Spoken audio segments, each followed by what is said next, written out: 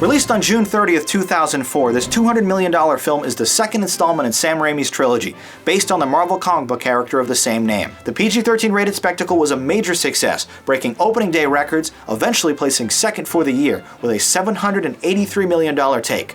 Tobey Maguire, Kirsten Dunst, James Franco, and Rosemary Harris all reprise their roles from the first installment, and somehow all improve on their work, each one turning in nuanced and believable performances. They're also joined by a huge supporting cast that includes Willem Dafoe, Elizabeth Banks, J.K. Simmons, and Dylan Baker, who provide perfect little moments during their smaller parts. Living a dual life as a masked vigilante and a timid college student, Maguire struggles with personal issues and his relationship with Dunst as he battles a brilliant scientist and former mentor, played in a rather convincing turn by Alfred Molina. Put your arms up! All of them!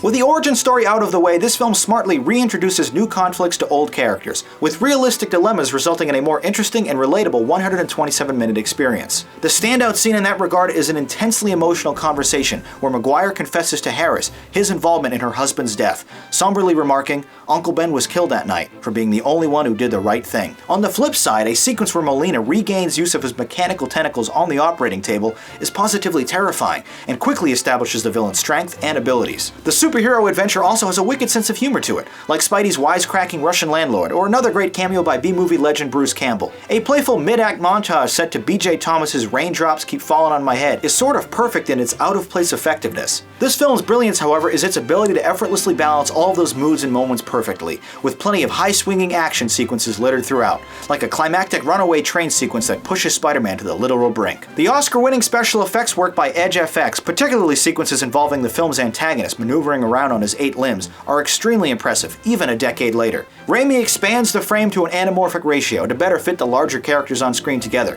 with the style remaining beautiful and practical, even paying homage to the comic books they're adapting. Danny Elfman contributes another subtle but effective score that provides a moody backdrop for the slower scenes, but swells to full volume during the epic fights. Transcending the limitations of a mere fantasy film, this narrative explores the human need for discovering your destiny, and when this mature and adept screenplay finally wraps up, you'll be thankful for the journey and ready to take it again. Spider-Man 2, powerful and complex, rewarding pathos. Those are my thoughts. Now let's see what you had to say about this movie in the YouTube comments.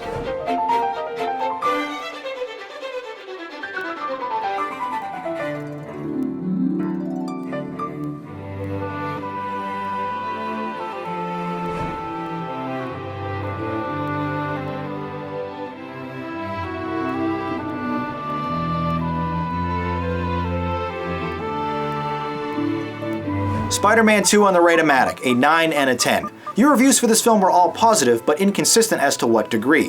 While a few were critical of Dunst, everyone loved the bad guy and the top-notch effects. You scored this an awesome.